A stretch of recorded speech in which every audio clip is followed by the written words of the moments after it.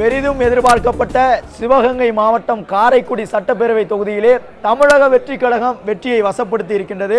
தாவேகாவினுடைய வேட்பாளர் மருத்துவர் பிரபு 43,000 வாக்குகள் வித்தியாசத்தில் வெற்றி பெற்றிருக்கின்றார்.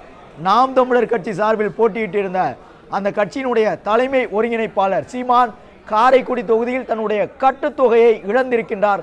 4வது இடத்திற்கு தள்ளப்பட்டிருக்கின்றார் சீமான் என்பதை பார்க்கின்றோம். 91,000 வாக்குகளை பெற்று பிரபு வெற்றி பெற்றிருக்கின்றார். நடப்பு சட்டப்பேரவை உறுப்பினராக திமுக கூட்டணியில் போட்டியிட்ட காங்கிரசினுடைய மாங்குடி 2வது இடம் பெற்றிருக்கின்றார். தேர்போகி பாண்டி தனித்த முறையில் போட்டியிட்ட பொழுதே அமமுக சார்பிலே 40,000 வாக்குகளுக்கு மேலே பெற்றவர். இந்த முறை அதிமுகவோடு அமமுக கூட்டணி வைத்த நிலையில் ஏற்கனவே பெற்ற வாக்குகளையும் இழந்து வெறும் 29,000 வாக்குகளை மட்டுமே பெற்றிருக்கின்றார். நாம் தமிழர் கட்சியினுடைய தலைமை ஒருங்கிணைப்பாளர் சீமான் கடைசி நேர பரப்புரையில் காரைக்குடியிலேயே தங்கியிருந்து பிரச்சாரம் செய்தும் கூட 4வது இடத்திற்கு தள்ளப்பட்டு தன்னுடைய கட்டுத்தொகையையும் காரைக்குடியில் இழந்திருக்கின்றார். நாம் தமிழர் கட்சியினுடைய தலைமை ஒருங்கிணைப்பாளர் சீமான் பெரிய அளவில் தாவேகா வெற்றி பெற்றிருக்கக்கூடிய தொகுதிகளில் ஒன்றாக காரைக்குடி சட்டப்பேரவை தொகுதியும் மாறியிருக்கின்றது.